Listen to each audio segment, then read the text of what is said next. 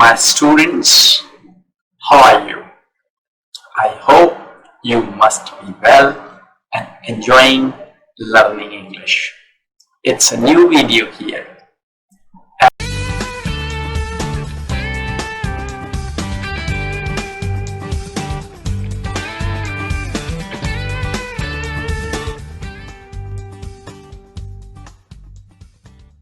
And it's about conditional sentences, and this is part 1.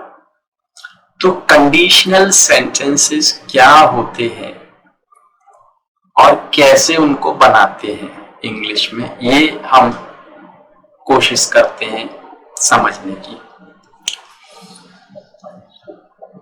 तो देखिए, condition जहां पे हो कि अगर ऐसा होता तो ऐसा हो जाता, बारिश होगी तो मैं नहीं जाऊंगा, कंडीशन है। अगर तुम आओगे तो मैं जाऊंगा, अगर तुम ज्यादा खाओगे तो मोटे हो जाओगे, लगता है। So these are the conditional sentences.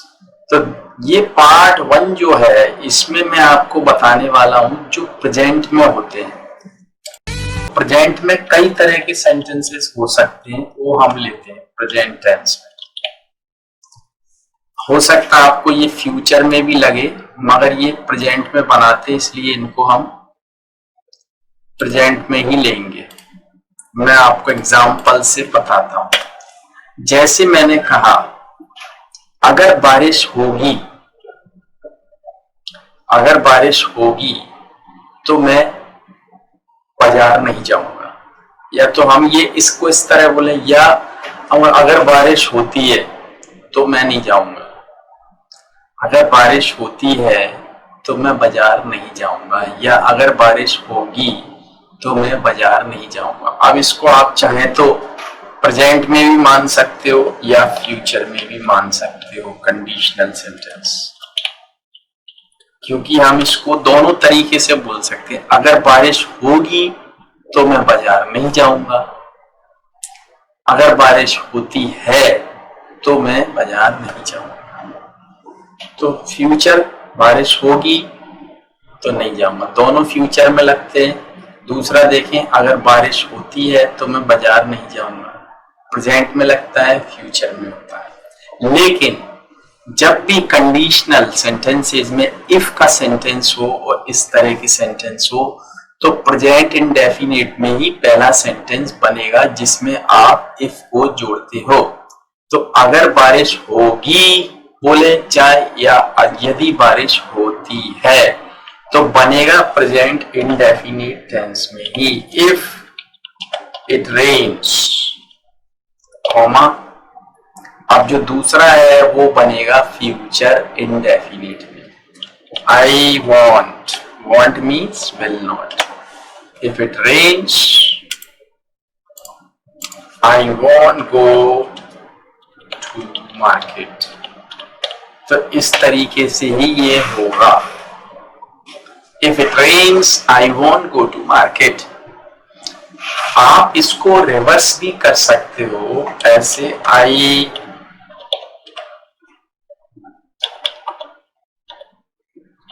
won't eat food if I don't feel hungry। अब देखिए, ये भी कंडीशनल है। I won't eat food if I don't feel hungry। अगर मुझे भूख नहीं लगेगी तो मैं नहीं खाऊंगा। तो इसको हम ऐसे भी बना सकते थे, if I don't feel hungry, I won't eat food। अगर हमने इसको ऐसे ले लिया, आई वॉन्ट ईट फूड, और इफ बीच में लिया तो फिर कॉमा नहीं यूज करेंगे। I want eat food if I don't feel hungry. इसको हम दूसरे तरीके से भी ले सकते हैं अगर नेगेटिव है, इफ आई डोंट। जैसे अगर एक एग्जांपल लेते हैं यहां पे, if you don't deposit your fee, I won't teach you। If you don't deposit your fee I want teach you, अगर आप अपनी फीस जमा नहीं करोगे तो मैं आपको नहीं पढ़ाऊंगा। इसको हम इफ यू डोंट डिपॉजिट को हम ऐसे भी ले सकते हैं, अनलेस, तो फिर नेगेटिव नहीं रहेगा, unless you deposit your fee I want teach you, ऐसे भी इसको बोल सकते हो आप, unless you deposit your fee I want teach you, क्योंकि नेगेटिव है तो अनलेस या अनटिल का भी यूज कर सकते हो आप, ठीक है। इसको हम ऐसे भी ले सकते हैं, I want teach you until या अनलेस यू डिपॉजिट योर फी।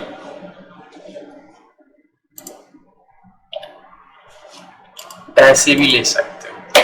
अब इसमें जो प्रेजेंट में एक चीज और आती है, जैसे कई बार हम कहते हैं अगर आप पोस्ट ऑफिस जाओ तो ये मेरा एक लेटर डाक में डाल देना, ठीक है।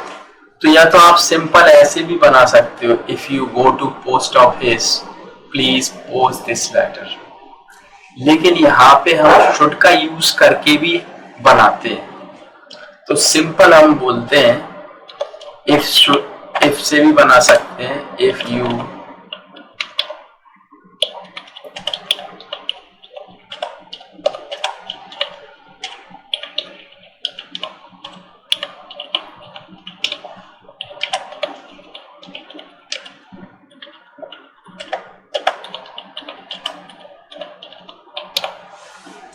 if you should go to post office please post this letter, या इसको हम ऐसे भी बोल सकते हैं,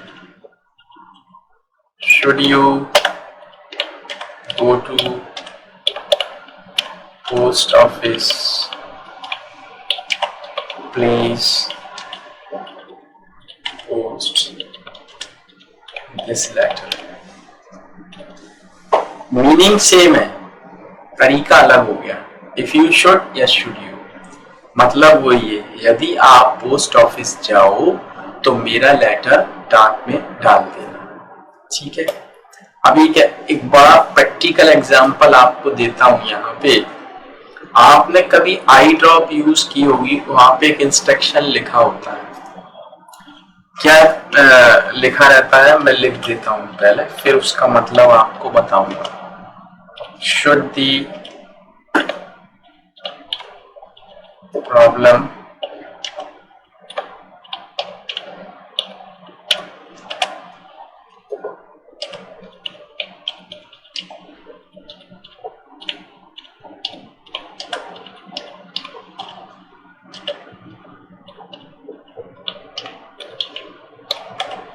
देखिए, should the problem persist please consult your physician. एक आई ड्रॉप पे हमेशा लिखा रहता है कि आंख में डालने के बाद अगर कोई समस्या हो तो अपने डॉक्टर को, फिजिशियन को कंसल्ट करें। Should the problem persist please consult your doctor. तो ये पार्ट 1 में मैंने आपको बताने की कोशिश की। और भी सेंटेंसेस बहुत सारे हो सकते हैं जो कंडीशनल हो सकते हैं, जैसे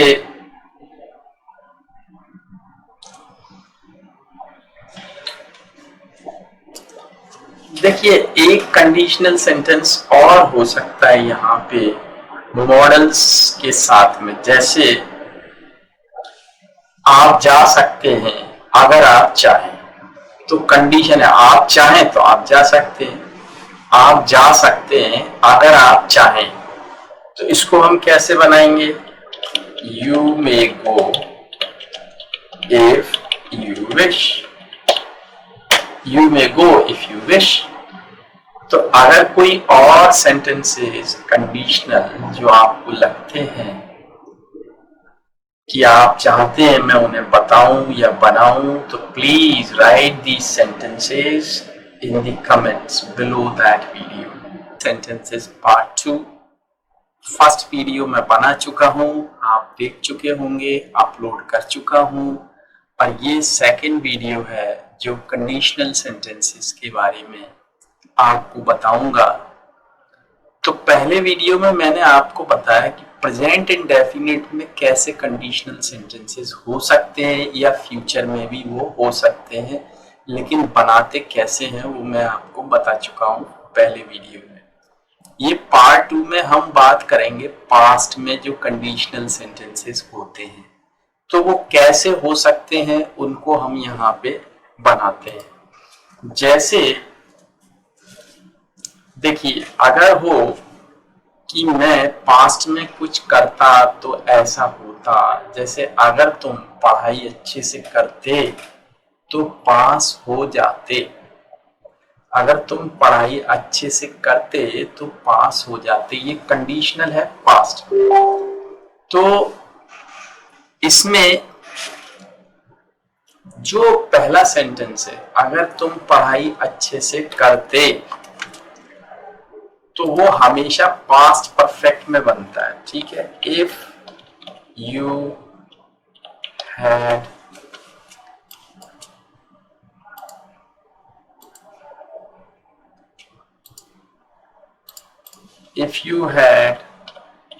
स्टडीड वेल, ठीक है।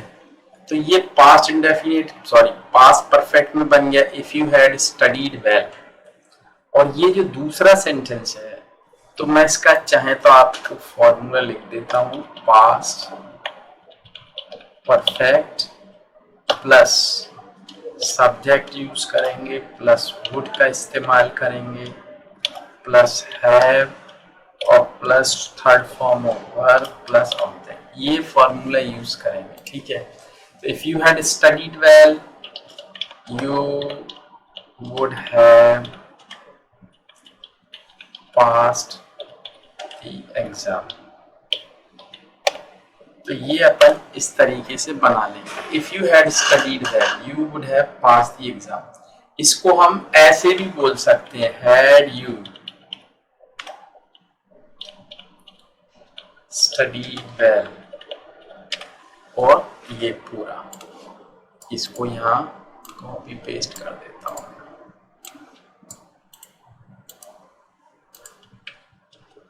You would have passed the exam, तो ये ऐसे भी आप बोल सकते हो, ठीक है। तो ये पास्ट में हो गया कंडीशनल, ठीक है। और एक एग्जाम्पल, इसमें देखिए आप मॉडल्स भी यूज कर सकते हो, कई बार ऐसे हो सकते हैं जो पैसिव में भी हो सकते हैं कंडीशनल सेंटेंसेस। जैसे अगर उसे समय पर अस्पताल ले जाया जाता, अगर उसे समय पर अस्पताल ले जाया जाता तो उसकी जान बचाई जा सकती थी। तो अब देखिए, ले जाया जाता पास्ट में, इफ, तो जैसे मैंने बताया कि पास्ट परफेक्ट ही होता है, if he had been taken to hospital. अब देखिए तुरंत, तो प्रॉम्प्टली,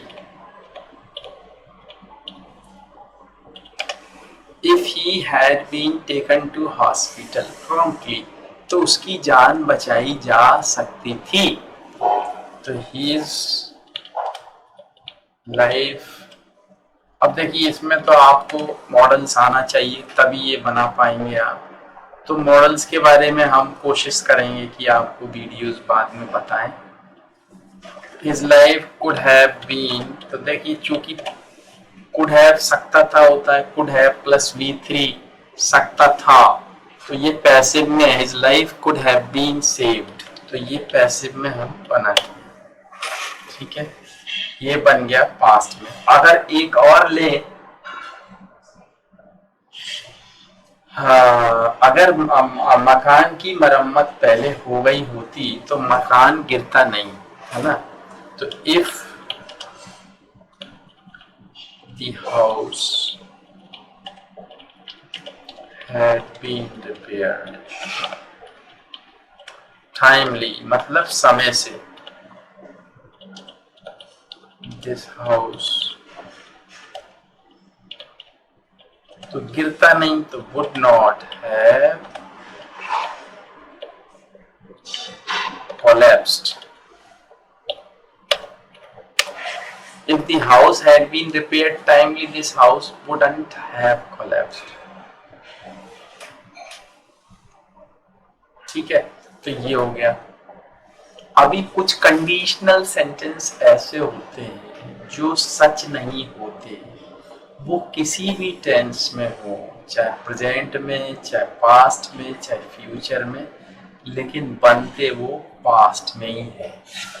कब? जब वो सच नहीं होते हो। जैसे अगर मैं राजा होता तो तुम्हारी मदद करता, तो चाहे पास्ट में बोलो चाहे फ्यूचर में बोलो, अगर मैं राजा बन जाऊंगा तो आपकी मदद करूंगा, लेकिन ये सच नहीं हो सकते, तो ये हमेशा पास्ट इंडेफिनिट में बनाते हैं। If I were a king,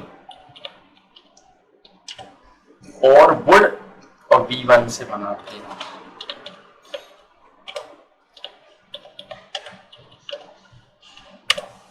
If I were a king, I would help you. अगर मेरे पर होते, पंख होते, तो मैं उड़ता। तो पास्ट में बनता है if I had wings, I would fly in the sky. ठीक है, if I had wings, I would fly in the sky. अगर मेरे पर होते, विंग्स होते, तो मैं उड़ता। तो ये पास्ट में हो चाहे फ्यूचर में हो, किसी में हो, लेकिन सच नहीं होते, इसलिए इनको हम ऐसे बनाते हैं। जैसे अगर इस कमरे में शेर आ जाएगा तो सब भाग जाएंगे, तो फ्यूचर में, लेकिन बनेगा पास्ट में, क्यों? शेर आने की कोई चांसेस नहीं है यहाँ।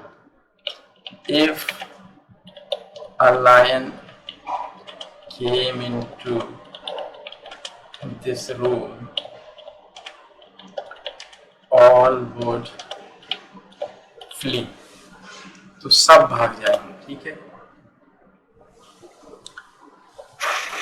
अब कुछ कंडीशनल और भी होते हैं, जैसे अगर मैं बोलूं जितना तुम खाओगे उतने मोटे तुम हो जाओगे,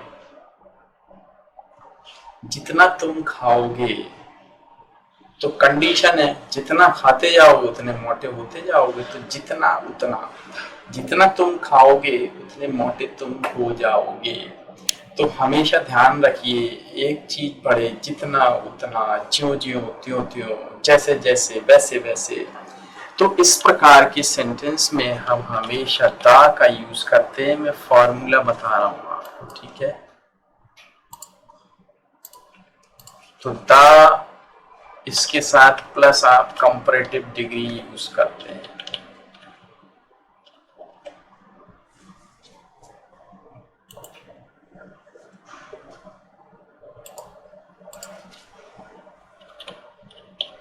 अगर कंपैरेटिव डिग्री नहीं है वहां पे, यानी एडजेक्टिव नहीं है, तो द मोर का यूज करके सेंटेंस सब्जेक्ट प्लस और वर्ब को यूज करके आप कंप्लीट कर देंगे। ठीक है, मैं भी एग्जांपल से बताऊंगा आपको। फिर द यही का यही पूरा उठा के रख देते हैं, ये दूसरा सेंटेंस भी ऐसे ही बनेगा। फिर तो ये आपको याद रखना, तो जितना आप खाओगे उतने मोटे हो जाओगे। तो द मोर, अब चूंकि यहाँ एडजेक्टिव तो है नहीं, तो हम मोर से बना लेंगे, द मोर ईट। अब यहाँ पे है मोटा होने की comparative degree fatter, the fatter you get. तो ये बन गया, the more you eat the fatter you get. The fatter you will get भी आप लिख सकते हो, नो प्रॉब्लम। तो इस तरीके से ये भी एक कंडीशनल सेंटेंस है। और इसका एक एग्जांपल ले सकते हैं हम यहाँ पे, जैसे कुआं जितना गहरा खोदोगे उतना मीठा पानी मिलेगा। ठीक है, तो अब यहाँ पे डिग्री है, the deeper the deeper the well is dug, the deeper the well is dug, the sweeter water we get. The deeper the well is dug, the sweeter water we get. तो इस तरीके से आप इसको बना सकते हैं। तो ये था सेकंड वीडियो इसके बारे में, कंडीशनल सेंटेंस के बारे में। अगर आपको वीडियो अच्छा लगा हो तो प्लीज़ लाइक करिए, शेयर करिए and subscribe to my channel to watch my new videos. और अगर आपको लगता है आप मेरे साथ इंग्लिश सीखना चाहते हैं स्काइप पर, अगर आपको लगता है मेरे वीडियोस देखकर सीख रहे हैं, बहुत अच्छी बात है। लेकिन अगर आप वाकई में रियल इंग्लिश सचमुच जल्दी सीखना चाहते हैं और अपने सारे प्रॉब्लम्स, डाउट्स मेरे से क्लियर करना चाहते हैं, तो आपको मेरे साथ क्लास लेनी होगी स्काइप ऑनलाइन। अगर आप चाहते हैं तो मुझे कांटेक्ट कर सकते हैं। मेरा ईमेल आईडी, स्काइप आईडी मैंने इस वीडियो के नीचे डिस्क्रिप्शन में दिया है। आप कांटेक्ट कर सकते हैं, बात कर सकते हैं। उसके बाद आप डिसाइड कर सकते हैं कि आप मुझसे पढ़ना चाहते हैं या नहीं।